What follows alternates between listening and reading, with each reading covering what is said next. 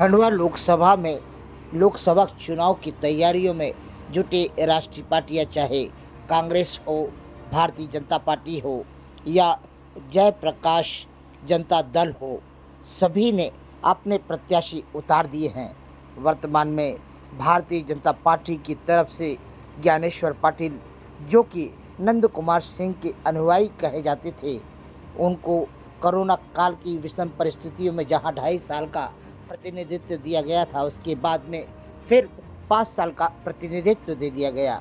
वहीं कांग्रेस ने सदैव ही अरुण यादव पर और इसके पश्चात फिर एक बार पटेल के ऊपर विश्वास करते हुए नरेंद्र पटेल को टिकट तो दे दिया, मगर एक सबसे बड़ी बात यह है कि इस लोकसभा में सभी ओबीसी, एससी, एसटी सभी के प्रतिनिधित्व हैं, किंतु सामान्य का प्रतिनिधित्व पहले लोकसभा में स्वर्गीय नंद कुमार सिंह चौहान संभालते थे।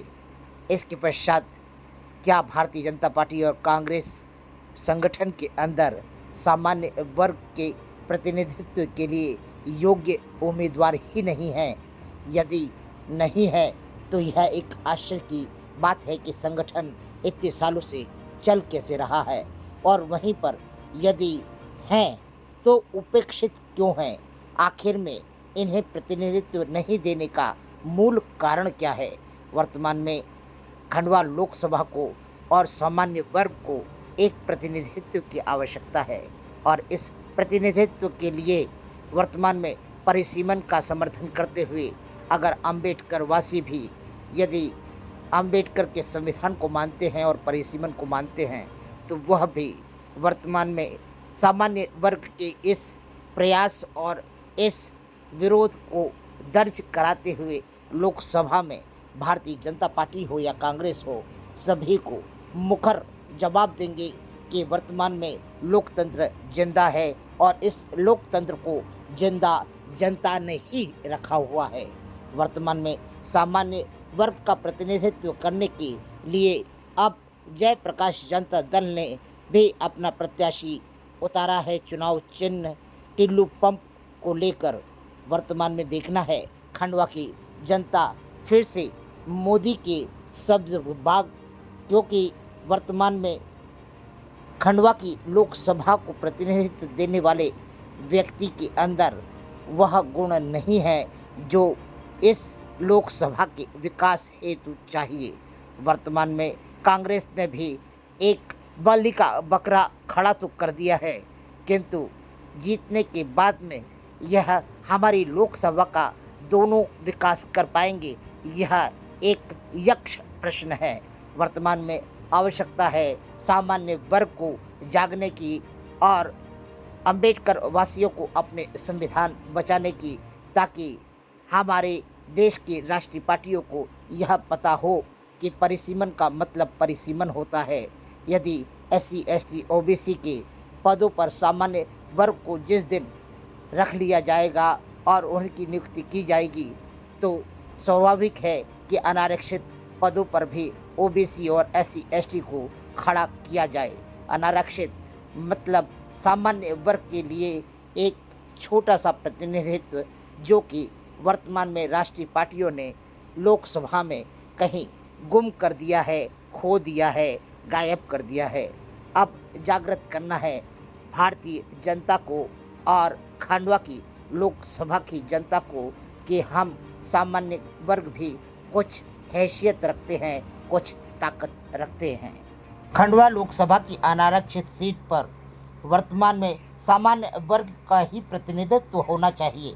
सभी वर्गों को, जहां भी मतदाता हैं, युवा मतदाता हैं, बुजुर्ग मतदाता हैं, उन्हें संवैधानिक रूप से वर्तमान में इन संगठनों को, राष्ट्रीय पार्टियों को यह जताने की आवश्यकता हो गई है कि जो पद जिनके लिए अनारक्षित और आरक्षित किए गए हैं, उन पदों पर उन्हें व्यक्ति विशेष और वर्ग विशेष को खड़ा किया जाए।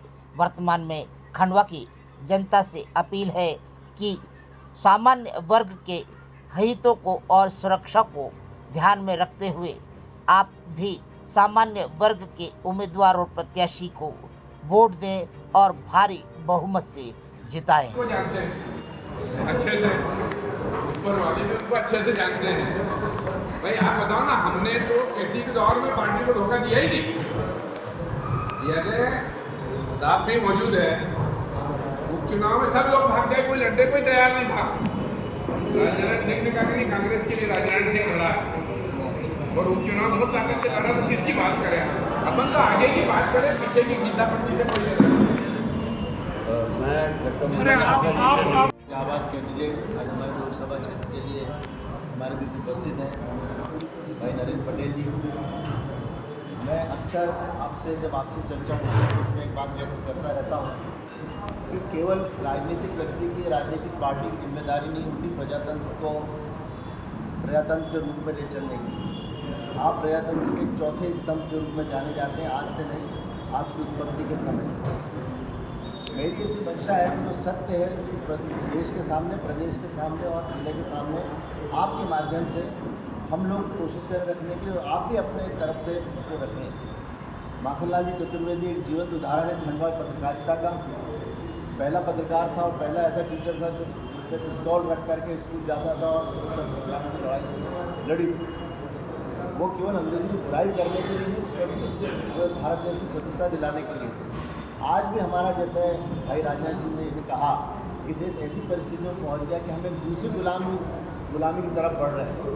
एक तरह से बहुत सारा मानसिक गुलाम बहुत सारे लोगों को बना लिया गया है, और मानसिक गुलाम की इस स्थिति में सब लोग जो अनर्गल बातें कर रहे हैं, जिसको हम लोग अंधभक्तों का रूप देते हैं, उसके साथ साथ बहुत सारे ऐसे मीडिया हाउसेज भी हैं जो केवल और केवल एक ही बात का प्रचार कर रहे हैं।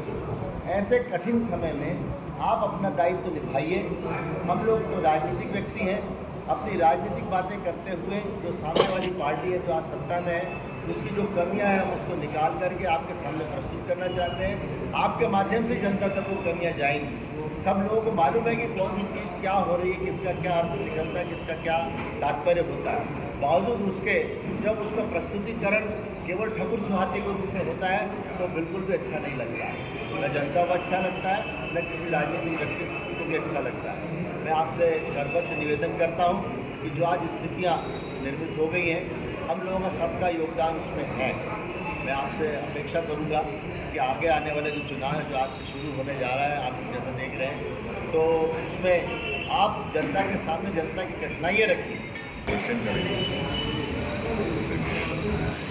सभी खंडवा जिले के सभी पत्रकार साथियों का मैं हार्दिक अभिनंदन करता हूँ एवं हमारे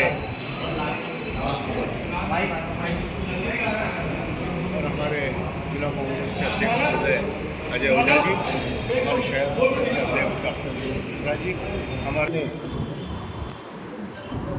खंडवा लोकसभा क्षेत्र का प्रत्याशी बनाया है, जिसमें मैं अपने कार्यकर्ताओं के साथ लेकर और हमारे खंडवा लोकसभा क्षेत्र के नेताओं का साथ लेकर इस लोकसभा क्षेत्र में कांग्रेस का चुनाव लड़ने जा रहे हैं। मैं समझता हूं कि हमारी जो कांग्रेस की योजनाएं हैं, उन योजनाओं के तहत हम 5 बिंदु जो है उसको लेकर जाएंगे, जिसमें खास तौर से उसमें युवाओं को रोजगार की बात कही है, महिलाओं को 1 लाख रुपए प्रति वर्ष देने की बात कही है, किसानों के लिए उनका समर्थन मूल्य की बात कही है,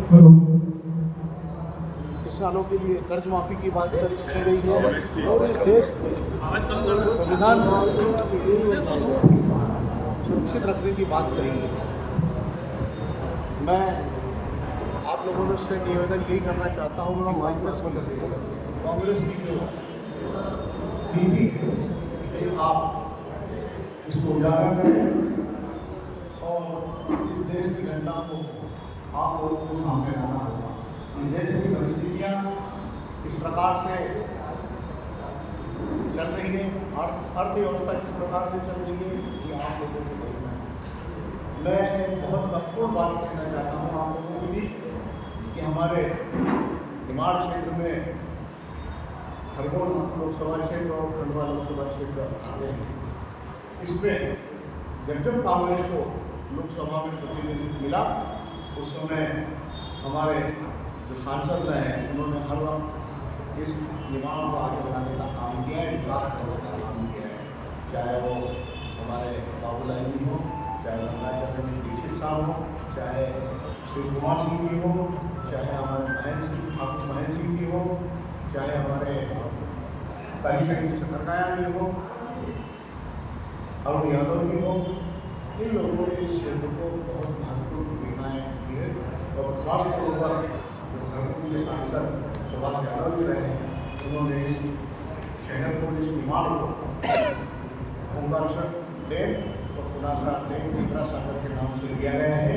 उस डैम का पानी किसानों के खेतों में जाता है और जब किसान के खेत में पानी और बिजली होती है तो निश्चित रूप से किसान संपन्न बनता है और जब किसान संपन्न बनता है तो कहीं न कहीं मजदूर भी संपन्न होता है और किसान और मजदूर संपन्न होगा तो इस क्षेत्र में व्यापारी को भी व्यवसाय करने में लोग संपन्न बनते हैं।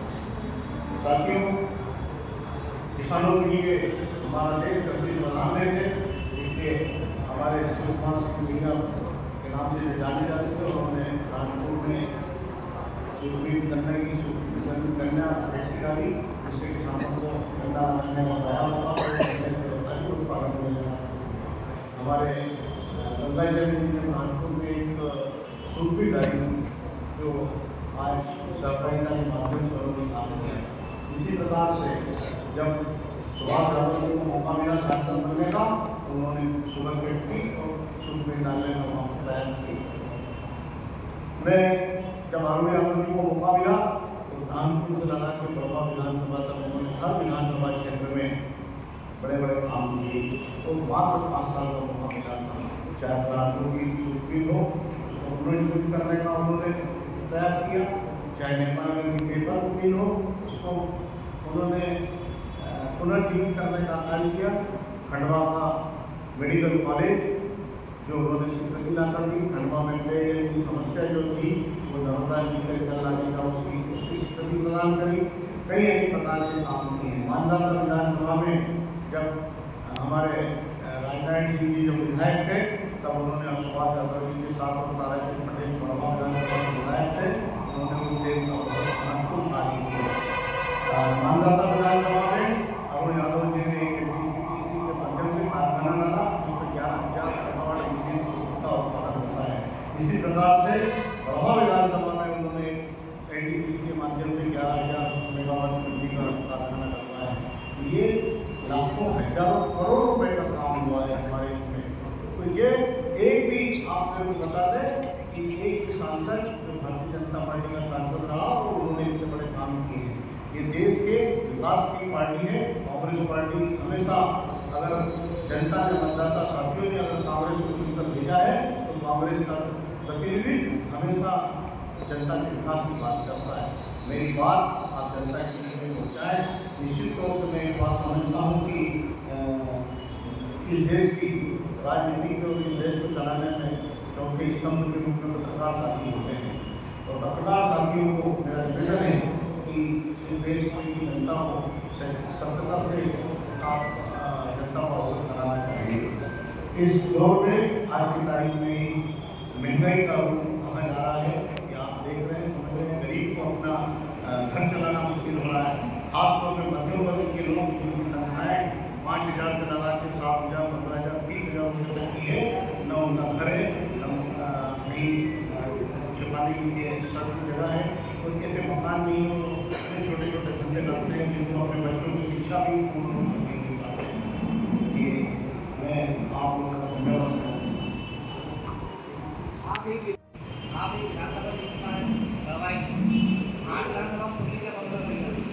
ये बिल्कुल आपने कहा कि मैं एक विधानसभा नहीं जीत पाया तो 8 विधानसभाओं में कैसे जीत पाएंगे। देखो ऐसा है कि जब मतदाता भाई अपनी सोच को समझकर मतदान करेगा तो निश्चित रूप से 8 विधानसभाओं में हम लोग मजबूती से आएंगे। और ख़ास तौर पे लोकसभा का जो चुनाव होता है वो एक प्रत्याशी के ऊपर नहीं होता है, कांग्रेस के कार्यकर्ता के ऊपर होता है और उस जिले के हमारे कांग्रेस के वरिष्ठ नेताओं का जिम्मेदारी होती है वो कांग्रेस पार्टी को किस प्रकार से जिताएं। क्या उनका स्वास्थ्य खराब है क्या और कोई वजह है? जैसे राजनारायण सिंह जी ने कहा कि उपचुनाव में सारे लोग पीछे हट रहे थे, तब वो दमदारी से आ गए। उन सारे लोगों में अरुण यादव भी शामिल हैं जो नहीं लड़े, अभी फिर नहीं लड़े। पूरे देश की निगाहें उन पे थी। जब सेनापति पीछे छूट जाएगा तो फिर आप प्यादों से कैसे चुनाव जीतेंगे? एक जब शतरंज खेली जाती है उसमें प्यादा भी कहीं न कहीं अपनी अवगत ज़्यादा वजीर के साथ ही चलते सर। वजीर यदि छोड़ दे जगह, फिर प्यादे अकेला कुछ नहीं कर सकते। मैं उस बात का जवाब दे रहा हूँ। निश्चित तौर से अरुण यादव जी का ये अपना निजी इच्छा है, लेकिन एक बात दूसरी ओर भी जा सकते हैं आप कि उन्होंने देखा कि मैं 2 लोकसभा चुनाव हार चुका हूँ और इस खंडवा लोकसभा क्षेत्र की जनता अगर मुझे चुनती नहीं है तो निश्चित रूप से कांग्रेस पार्टी के पक्ष में रहकर अपना निर्णय लिया कि जिसपे सब नेताओं की सहमति हो उसको कैंडिडेट बनाया जाए और उस कैंडिडेट में मेरा नाम आया।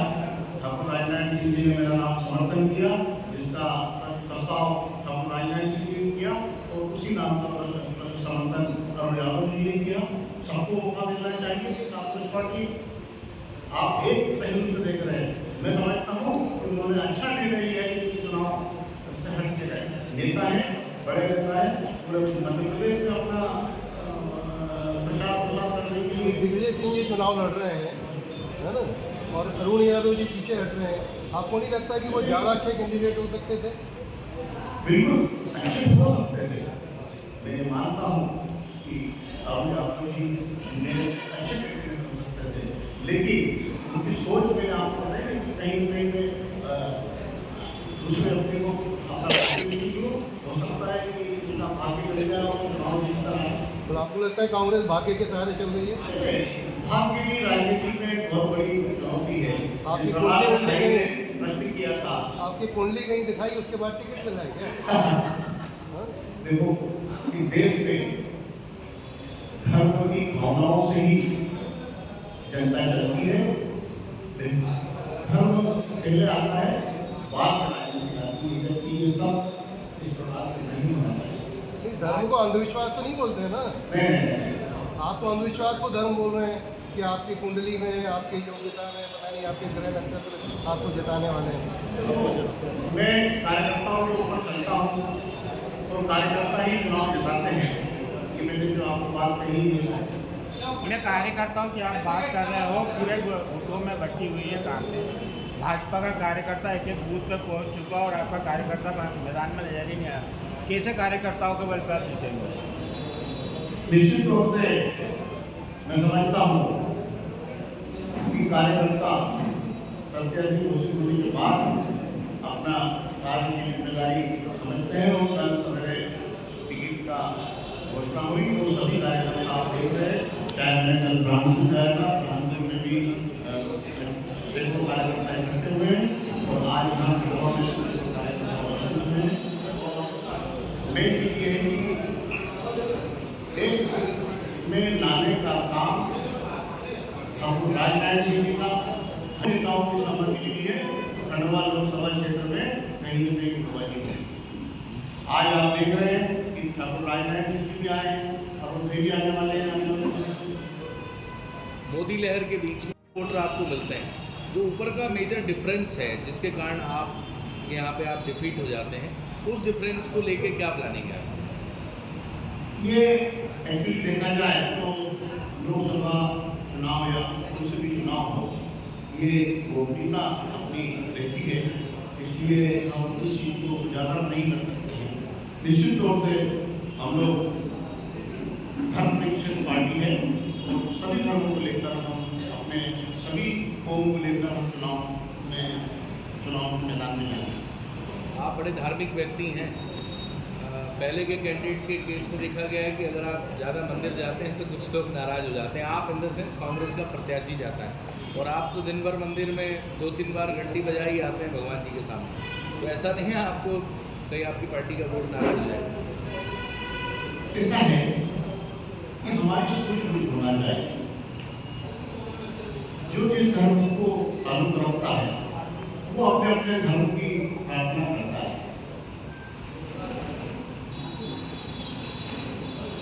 पटेल साहब एक बात अभी सामने आई आपकी पूरे जो मीटिंग की आपने इसमें बात आई, अध्यक्ष जी ने भी बोला, आपने बोला, राजनाथ सिंह जी ने भी बोला कि जो मीडिया है वो मीडिया जो है इसका बड़ा बड़ा है या न्यूज चैनल है या अखबार है जिसमें भी आप आरोप लगा रहे हैं कि वो लोग एक व्यक्ति विशेष को दिखाते हैं बाकी दूसरों को नहीं दिखाते। इसके लिए चुनाव आयोग है आपके पास, आप कंप्लेन क्यों नहीं करते? नहीं, ये बात नहीं कही। आप लोगों को ये कहा है कि जो हमारी भावना है उसको जनता तक पहुंचाने का काम आप। नहीं, इसमें आपकी कमी नहीं लगती। इसका कारण है, देखिए हम रोज़ फील्ड पे रहते हैं, पॉलिटिकल इवेंट्स कवर करते हैं, सब जमाने भर की जगह जाते हैं। बीजेपी की सरकार होने के बाद भी जो उनकी टीम है वो लगातार अपनी जो एक्सप्लोरेशन है जो भी करते हैं वो उसको दिखाते रहते हैं। आपकी तरफ से दिक्कत ये है कि आप ये चाहते हैं कि कांग्रेस का काम मीडिया करे। जो काम कांग्रेस के कार्यकर्ताओं को करना चाहिए, विरोध करना चाहिए, प्रदर्शन करने चाहिए, वो बहुत रेयर नज़र आते हैं। मीडिया आपके सारे प्रदर्शनों को दिखाती है, तो मीडिया पे ठीकरा फोड़ना क्या आपको लगता है सही है, या आपको अपने पार्टी लेवल पे विरोध प्रदर्शन और जो इस तरह के इवेंट्स है उसको बढ़ाना चाहिए? अभी आपने जितनी बातें बोली उसमें एक भी मतलब जो विपक्ष के नेता के रूप में आपकी भूमिका होनी चाहिए वो कहीं नहीं थी। आप अभी भी वो सत्ता की बात करते हैं, हम ये करेंगे वो करेंगे वो करेंगे। तो आज जो चीज़ें हो रही है इलेक्ट्रल बॉन्ड को लेकर के आपके पास कोई बात नहीं है, न खंडवा में किसी ने बात की क्या नहीं। अब इतना बड़ा जो दुनिया का सबसे बड़ा घोटाला है उसमें आप लोग चुप बैठे हुए, मीडिया तो उम्मीद कर रहे हैं। नहीं, आप बताइए ना, अभी तक पिछले 2 महीने में जब से इलेक्ट्रॉल बॉन्ड का है एक प्रदर्शन, एक बयान, एक कुछ स्टेटमेंट, खंडवा में प्रेस कॉन्फ्रेंस, आप प्रेस कॉन्फ्रेंस कर रहे हैं, सारे लोग आ रहे हैं, क्या की क्या आपने? हमने धरना प्रदर्शन किया। मैं भाई नरेंद्र जी की तरफ से उत्तर जो आपने कहा कि इलेक्ट्रॉल बॉन्डिंग के लिए हमने कुछ नहीं किया, उसमें जो हम लोगों ने केवला पेट्रोल पंप पे प्रदर्शन किया, उसमें इलेक्ट्रॉल बॉन्ड का ही सबसे ज़्यादा मुख्य मुद्दा था और उसमें पूरी जिला कांग्रेस का हुए तो उन बातों को दिया। परंतु आप जानते हैं कि जो सत्ता ये लोग हैं उन्होंने तो एक बात ध्यान रखी है तो उनको किसी की बात नहीं सुनना है, मतलब विपक्ष की बात नहीं सुनना है। अब नहीं सुनना है इसलिए हम आपकी जो बात कह रहे थे हम आपको फिक्र नहीं खोल रहे, हम आपसे सहयोग की बात कर रहे हैं कि भाई हमारी बातें उनकी टीम है, क्योंकि हम लोग उनके अवसर नहीं मिलते। उनका बहुत सारे प्लेटफॉर्म है जिसमें बोल सकते हैं, संसद से लेकर के खंडवा नगर निगम तक उनका सारे प्लेटफॉर्म जिस पर बात कर सकते हैं, उनके अपनी सरकारी एजेंसी है जिस पर बात कर सकते हैं। हम लोग तो अपनी बात को कहने के लिए बड़ी मुश्किल से मैंने कई दफा ऐसी स्थिति निर्मित हो जाती है कि सब वो आचार्य संहिता का आड़ लेकर के आपको प्रदर्शन नहीं करने देंगे, आपको जुलूस नहीं निकालने देंगे, आपको बैठने नहीं देंगे। ये सारी स्थितियों का सामना करते हुए भी हम सक्षम विपक्ष का रोल निभा रहे हैं। मध्य प्रदेश में ऐसा नहीं है कि कोई काम नहीं हो रहा है। इलेक्ट्रॉन मार्ट में हमारी सोशल संस्था दिल्ली में, भोपाल में, हमारी दिल्ली परिवार की जो जगह जगह जाके बात हो रही है वो सारी चीज़ें आपके माध्यम से प्रदर्शित हो रही है। उसके बावजूद अगर कोई कमी है आपने हमारी कमी बताई, हम उसको सुधारें, उसको देखें। देखिए सभी राजनीतिक दल में सब तरह के जैसा आपने कहा गुड शब्द से सहमत नहीं हो, परंतु फिर भी अलग अलग लोग रहते हैं, उनके अलग अलग विचारधारा करते रहते हैं। हर परिवार में इस तरह से घटनाएं चलती रहती हैं। तो जब तक के हमारे प्रत्याशी घोषित नहीं हुए थे तब तक की बात लागू हो सकती थी। हम अपने सेंट्रल प्रत्याशी की बात कर रहे थे, सेंट्रल प्रत्याशी की बात कर रहे थे, कोई स्वयं की बात कर रहा था। तो जब भी हमारे हाईकमान ने हमको डिक्लेयर करके कैंडिडेट दे दिया है तो हम ऐसी बात से दूर हो गए। अब हम लोग यही कैंडिडेट अभी तक तो वो कार्यक्रम प्राप्त नहीं होता, लाएगा कार्यक्रम सामने आएगा। ये सवाल को उठा रहा है सोशल मीडिया, ये सवाल सोशल मीडिया ने जब पूछा, सोशल मीडिया को कहा है जो लोकसभा के प्रत्याशी है कैंसर की पार्टी, उन्होंने ये सवाल उठाया है अभी बड़ी का मसला नहीं बनाएंगे। नहीं, उन्होंने ये सवाल उठाया है दादा कि जो भी आएगा बड़ी के घर जाएगा। ठीक है, बहुत अच्छी बात है। पहली बात मैं कहना चाहता हूँ कि एक सांसद के रूप में प्रत्याशी हैं तो जिस पार्टी के लोग उस पार्टी की बात करना चाहेंगे, अपोजिट पार्टी की बात नहीं करना चाहिए। उसके बाद एक सांसद को ये शोभा नहीं देता कि इस तरीके के शब्दों का उपयोग करें। और कौन मलिका बना रहेगा, ये तो खंडवा लोकसभा क्षेत्र के मतदाता भाई इसका चयन करेंगे कि कौन मलिका बना रहेगा। नहीं, एक थोड़ा सा सवाल है। आपको गुर्जर समाज का एक प्रतिनिधित्व की वजह से आपको एक माना जाता है कि टिकट मिला, तो क्या आपके बजाय किसी और व्यक्ति को टिकट मिलता तो क्या गुर्जर समाज उसको सपोर्ट नहीं करता? ये आपका सोचिए कि गुर्जर समाज का प्रतिनिधित्व वो ऐसा है कि जो भी राजनीति करता है, और मैंने छात्र जीवन से राजनीति की है। मैं ब्लॉक कांग्रेस का अध्यक्ष रहा, यूथ कांग्रेस में जिले का महामंत्री रहा, जिले कांग्रेस में मैं महामंत्री रहा, मध्य प्रदेश कांग्रेस कमेटी में महामंत्री रहा। और हर एक पार्टी चाहती है कि जिस प्रत्याशी को पूरे क्षेत्र में थोड़ी सी पहचान हो, ऐसे व्यक्ति को टिकट देने का सबको पार्टी सोचती है। और खास तौर पे मेरे चाचा जी जो सांसद रहे, जो विधायक रहे हैं, उनका पूरे लोकसभा क्षेत्र में परिचय है। मैं भी समाज के सभी लोगों से बचपन से मैं खंडवा में के साथ मित्र रहा हूँ, ब्रह्मपुर में सेना में के साथ मित्र रहा हूँ, और खंडवा ब्रह्मपुर में आना जाना रहा हूँ। तो सभी लोग मेरे मित्र हैं। तो इस वजह से एक सामाजिक तौर से नहीं, बल्कि मेरे सभी प्रकार के मित्र यहाँ हैं। इसमें वो जब कांग्रेस के खंडवा के लोकसभा के नेताओं से जानकारी ली गई, ब्लॉक कांग्रेस अध्यक्ष से जानकारी लेते हैं, जिला कांग्रेस से जानकारी लेते हैं, कहीं उसमें मेरा नाम बहुमत बना। पटेल साहब, यहाँ पे निमाड़ के अंदर वैसे जो नंदू भैया थे तो दरबार वोटर जो है वो जनरली उसकी प्रैक्टिस बीजेपी की तरफ थी। अभी जो है दरबार वोटर बताया जा रहा है कि बहुत नाराज है बीजेपी से, और गुर्जर और दरबारों का भी 36 का आंकड़ा कई क्षेत्र में चलता है। तो ये इस समीकरण को कैसे मेंटेन करोगे? ये प्रश्न ही है, ये हमारा दायित्व है कि हम किस प्रकार से मतदाता भाई से मतदान ले रहे हैं। पटेल साहब, आपका दावा क्या है? एक बात करते हैं, आपका दावा क्या है? जीतेंगे हारेंगे? जीतने का प्रत्याशी और उम्मीदवार जिसको नाम दिया गया है, उम्मीद पे आधार क्या है? आधार क्या? कांग्रेस से जुटे, कांग्रेस का कार्यकर्ता इस बार परिवर्तन चाहता है, क्योंकि देश में बहुत से नए कानून चल रहा है। उपचुनाव में 8 में से 6 विधानसभा सीटों पर आप कैसे मैनेज करेंगे? समय ले जाएगा, ये अब हमारा काम है। हमारे सीरियल सेट करने का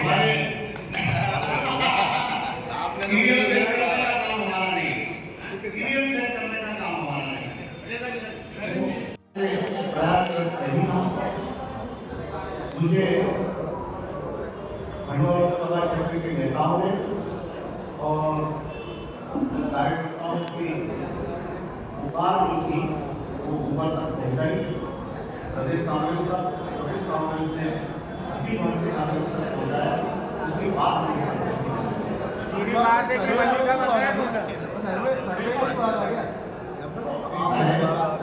सर्वे तो ये सर्वे पार्टी के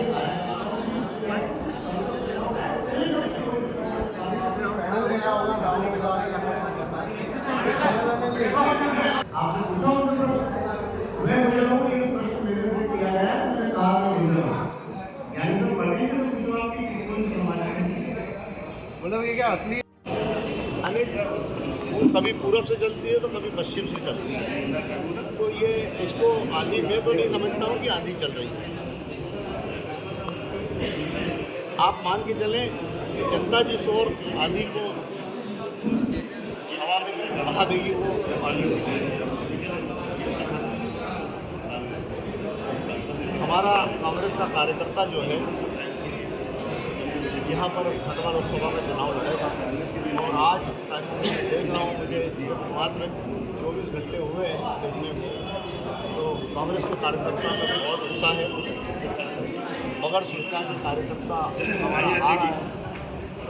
मैंने कल धोनी बगैर सूचना के मालूम पड़ा, धोनी गया, नहीं गया, खैगवाड़ा गया, सभी जगह ऐसा लग रहा है कि निश्चित तौर से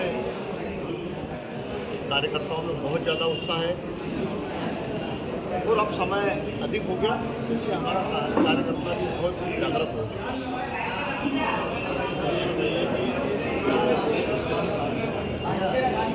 शांति पकड़ लो ना।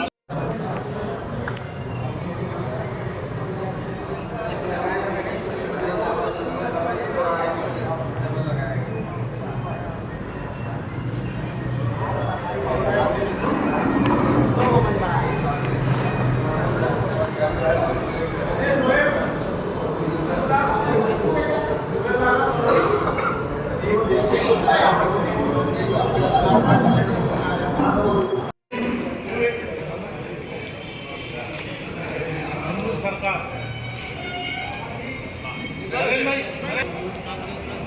ये शहर में अच्छा माहौल है। आपको महिलाओं के 10 लाख फॉर्म भरवाना है और घूम जाओ, हमारा देश है, घूम जाना, 10 लाख फॉर्म भरवा लो। हर जगह मोहल्ले गली गली में खूब फॉर्म भरवा लो पक्के। 1 लाख रुपये हर गरीब महिला, हर महिला गरीब है, कोई महिला गरीब नहीं, सब महिला गरीब है जितनी मध्य प्रदेश। हाँ भाई, रिश्तेदार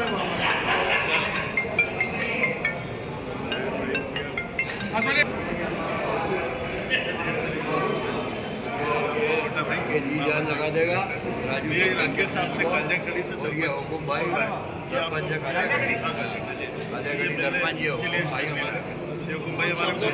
विशेष निमंत्रण है। नहीं मेरे प्रोग्राम